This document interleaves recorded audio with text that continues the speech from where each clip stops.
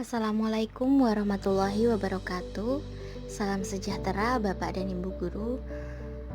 Pada kesempatan kali ini kami dari kelompok 2 akan mempresentasikan topik alur understanding by design, yaitu tentang identifikasi hasil tahap 1. Sebelumnya perkenalkanlah kami dari kelompok 2. Yang pertama ada Faisal Amri, yang kedua ada Sheila Putri Safira, yang ketiga ada Ziyadatul Hikmah, yang keempat ada Dewi Safitri, dan yang terakhir adalah saya sendiri, Reni Hidayati. Semoga presentasi kami dapat bermanfaat bagi kita semua dan happy watching.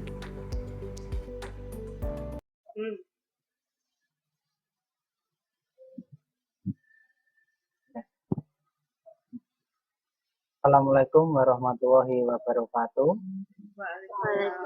Waalaikumsalam warahmatullahi wabarakatuh. Kami dari kelompok 2 yang beranggotakan yang pertama saya, Faisal Amri. Ya, dengan saya. Selanjutnya dengan saya Dewi Safitri. Dengan saya Reni Hidayati. Dengan saya Sheila Putri Safira. Saya Ziyadatul Hikmah. dari kelompok kami berdua ini akan menjelaskan kaitannya understanding by design atau UBD ya. Untuk yang pertama kali menjelaskan, saya persilakan Mbak Dewi. Ya baik, terima kasih Mas Faisal. Jadi penjelasan umum dari understanding by design atau yang sering disingkat dengan UBD, yaitu untuk mempermudah guru dalam melaksanakan proses pembelajaran dengan sistem student center, dan kemudian dapat membuat evaluasi dan penilaian dengan baik diterapkan suatu strategi yang disebut dengan UBD. Di sini menurut ahli Wiggins and McBride pada tahun 2006, UBD merupakan pendekatan dalam merancang dan melaksanakan pembelajaran sebagai sebuah cara untuk membangun pemahaman siswa melalui konsep yang disebut dengan backward design. Bisa next, Mas? Ya baik, di sini UBD adalah framework yang memberi panduan dalam merancang pembelajaran yang efektif. Jadi UBD mempunyai dua fokus utama, yaitu fokus pada pembelajaran dan assessment untuk membuktikan ketercapaian hasil belajar. Yang kedua, perancangan backward atau dimulai dari tujuan akhir. Jadi dengan UBD ini melakukan pendekatan atau pendekatan perencanaan pendidikan dengan desain alur mundur. Untuk selanjutnya, silahkan Mbak Reni. Baik Mbak Dewi, saya akan menjelaskan tentang konsep backward design. Learning outcome, yaitu what is the intended end of the learning process. Itu apa yang tujuan akhir yang diharapkan dalam proses pembelajaran. Selanjutnya, how do I check they have learned, yaitu bagaimana seorang guru benar-benar mengecek apa yang didapatkan oleh siswanya. Yang ketiga yaitu which learning activity will lead student to the desired result, yaitu bagaimana aktivitas pembelajaran yang bagaimana yang akan membimbing siswa mencapai tujuan yang diharapkan. Next.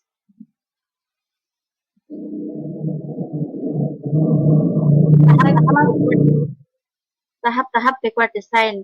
Yang pertama yaitu identifikasi hasil yang diharapkan, yaitu guru mengidentifikasi apa yang diharapkan dari siswanya. Yang kedua, tentukan bukti dan asesmen, yaitu guru menentukan asesmen yang tepat dan valid untuk membuktikan apakah siswa tersebut benar-benar menguasai kompetensi tersebut. Yang ketiga yaitu merancang strategi pembelajaran, yaitu merancang materi dan metode pembelajaran yang tepat untuk mencapai tujuan pembelajaran tersebut. Selanjutnya akan dijelaskan oleh rekan saya Mbak Zia. Terima kasih. Selanjutnya yaitu tahap 1, identifikasi hasil yang diharapkan atau planning desired result. Next, Mas. Nah, untuk planning desired results ini kita punya 4 komponen penting. Yang pertama yaitu what should students know, understand, and be able to do. Nah, di sini apa yang harus diketahui oleh siswa, dimengerti, dan bisa dipraktekkan. Yang kedua, what is the ultimate transfer we seek as a result of this unit. Nah, menyambung dari yang pertama tadi, yang kedua yaitu transfer akhir apa yang kita cari sebagai hasil dari unit ini. Yang ketiga, what enduring understandings are desired.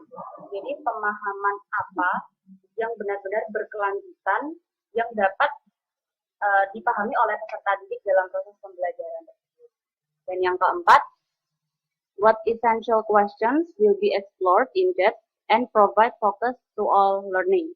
Nah, selanjutnya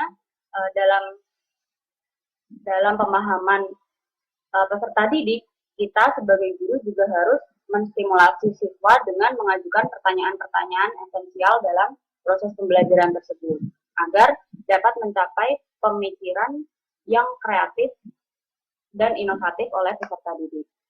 Next.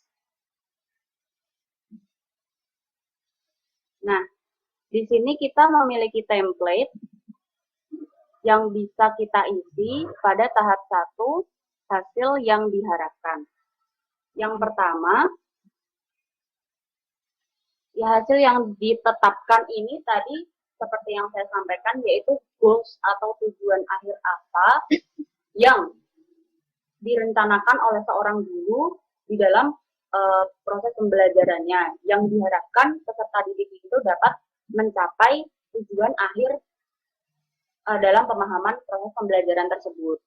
Dan yang kedua yaitu pemahaman atau understanding.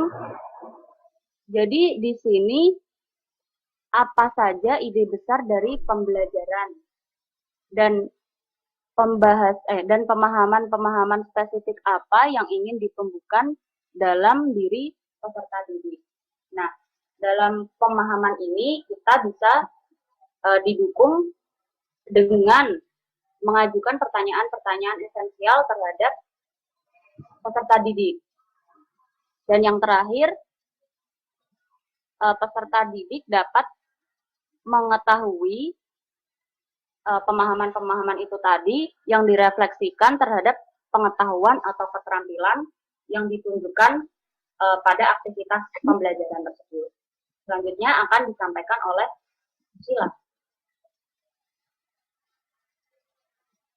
Oke, baik.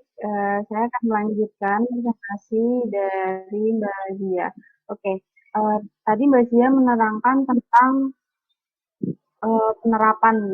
penerapan ya. Jadi saya sekarang memberikan contoh penerapan tujuan dan pemahamannya. Kami mengambil contoh pada pembelajaran di bahasa Inggris tentang perkenalan diri ya, atau introduction. Tahap 1 hasil yang diinginkan ini adalah memahami konsep dasar perkenalan diri sendiri dan orang lain. Kemudian tujuan yang ditetapkan adalah peserta didik dapat memahami, menyusun, dan melakukan percakapan dengan menggunakan ungkapan-ungkapan dasar perkenalan diri sendiri dan orang lain dalam kehidupan sehari-harinya. Kemudian pemahaman pada tahap ini adalah memahami fungsi sosial, struktur teks, dan unsur pemahaman pada ungkapan, pengenalan diri, serta responnya, sesuai dalam konteks penggunaannya. Kemudian siswa dapat menyusun teks lisan dan tulisan sederhana untuk menyatakan dan menanyakan. Dan kemudian pada akhirnya siswa dapat menunjukkan perilaku santun dan peduli dalam melaksanakan komunikasi interpersonal dan atau dengan guru dan teman. Nah, pertanyaan penting di sini yang bisa siswa jelaskan yaitu when do you need to introduce yourself? Yang kedua adalah what phrase are used when introducing yourself and others. Kemudian adalah how do you introduce yourself? Kemudian slide selanjutnya. Nah, di sini adalah contoh pemahaman dari topik sebelumnya, yaitu introducing yourself. Di sini siswa bisa memperkenalkan dirinya sendiri, kemudian yang introducing others, ini siswa memperkenalkan temannya atau yang lain. Nah, respon ini adalah respon dari siswa setelah melakukan percakapan tadi. Itu adalah penjelasan dari saya. Selanjutnya akan dijelaskan oleh rekan saya, Mas Faisal. Ya, baik, terima kasih ya.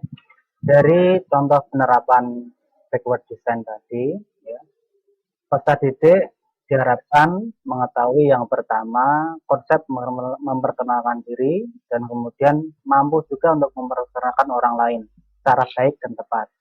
Dan yang kedua, mampu untuk menggunakan frasa atau ungkapan-ungkapan dalam bahasa Inggris untuk memperkenalkan diri maupun memperkenalkan orang lain. Dan dari penerapan ini, ya, diharapkan peserta didik mampu yang pertama menyebutkan frasa dalam memperkenalkan diri sendiri maupun orang lain. Yang kedua, dapat atau mampu menyusun kalimat berupa dialog dalam memperkenalkan diri dan orang lain secara baik. Yang ketiga, mampu juga untuk mempraktekkan percakapan menggunakan ungkapan-ungkapan dasar atau frase untuk memperkenalkan diri maupun memperkenalkan orang lain. Demikian presentasi dari kelompok kami, kelompok 2 ini. Apabila ada tutur kata yang kurang berkenan, kami mohon maaf betul hati. Akhir kata, wassalamualaikum warahmatullahi wabarakatuh. Waalaikumsalam warahmatullahi wabarakatuh.